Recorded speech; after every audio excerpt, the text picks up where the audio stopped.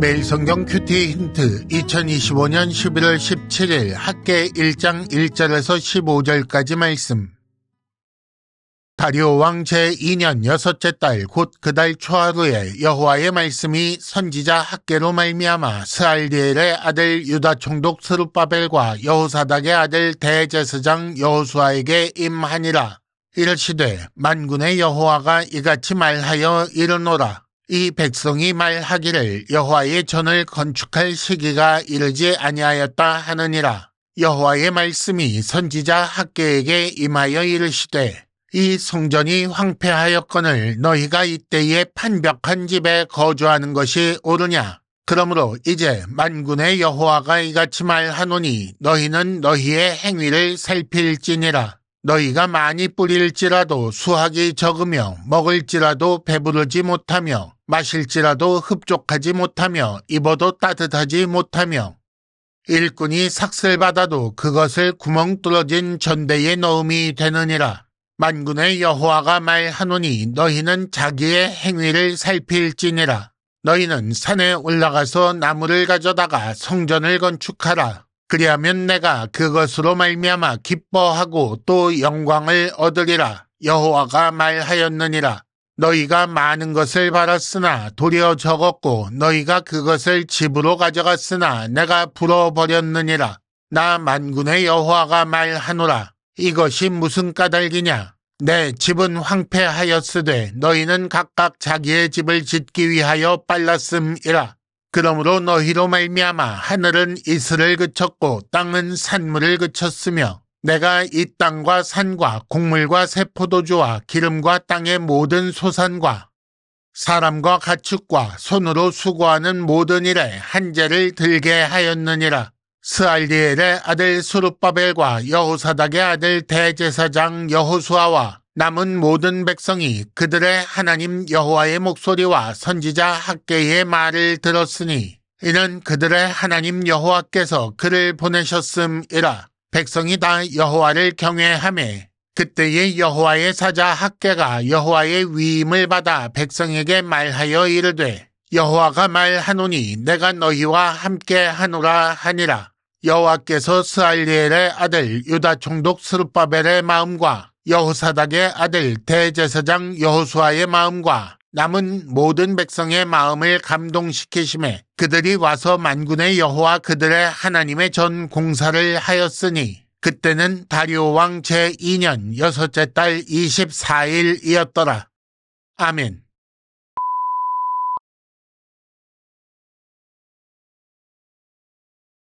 1단계 본문의 구조와 내용을 간단하게 정리하기. 오늘 말씀은 선지자 학개를 통해 주신 하나님의 말씀 첫 번째입니다. 먼저 1절은 표제라고 할 수 있습니다. 다리오 왕 2년 6월 1일에 말씀이 임하였다고 하지요. 다음으로 2절에서 6절까지는 백성의 잘못에 대한 하나님의 지적입니다. 그리고 7절과 8절은 성전을 건축하라 라는 하나님의 명령이고 9절에서 11절까지는 백성이 겪는 어려움의 원인에 대한 말씀입니다. 그리고 마지막으로 12절에서 15절까지 그 말씀을 듣고 백성들이 하나님의 전 공사를 했다라는 기록입니다. 하나님께서 학개를 통해 4번 말씀을 주십니다. 오늘 말씀은 그 중에 첫 번째 말씀입니다. 바사왕 고레스의 조서에 따라 예루살렘으로 돌아온 자들은 성전 재건을 시작하기는 했지만 주변의 방해 때문에 멈춘 지 오래되었습니다.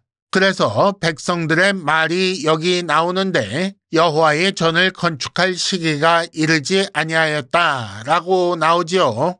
그런 백성들에게 학개를 통해 주신 하나님의 말씀은 첫째, 백성의 잘못된 태도를 지적하는 것이고 둘째, 성전을 건축하라는 명령이 있고 셋째, 백성이 겪는 어려움의 원인을 설명하는 부분이 있습니다.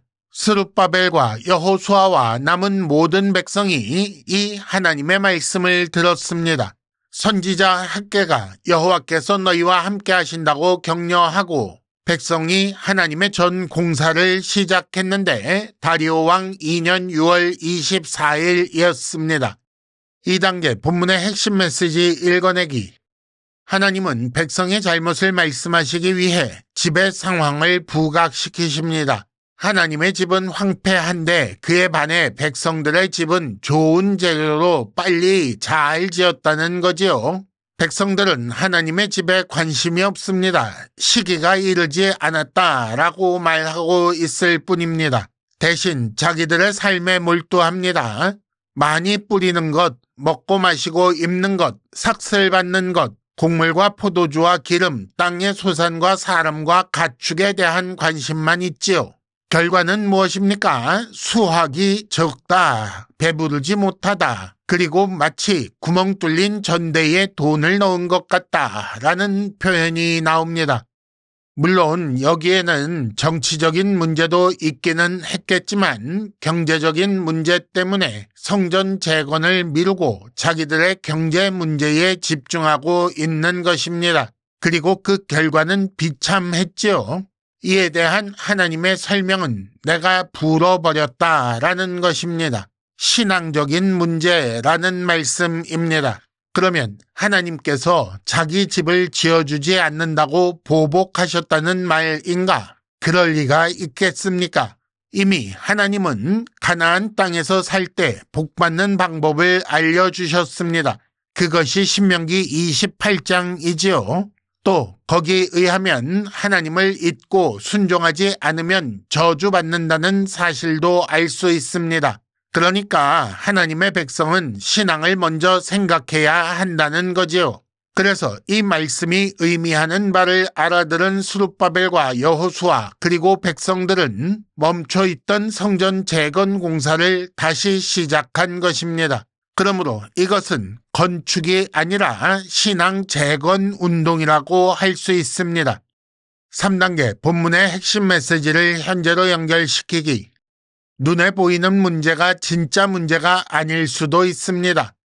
예루살렘에 돌아온 백성들 눈앞에 닥친 문제는 먹고 사는 문제입니다. 더구나 성전 재건은 주변 세력의 방해와 바사왕의 중단 명령까지 있었지요.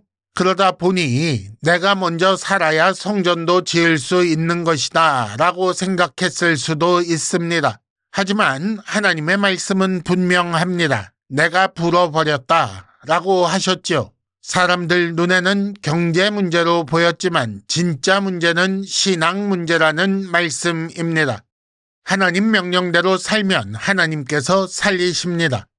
신앙 문제를 미루고 경제 문제에 집중한 결과는 비참한 삶이었습니다.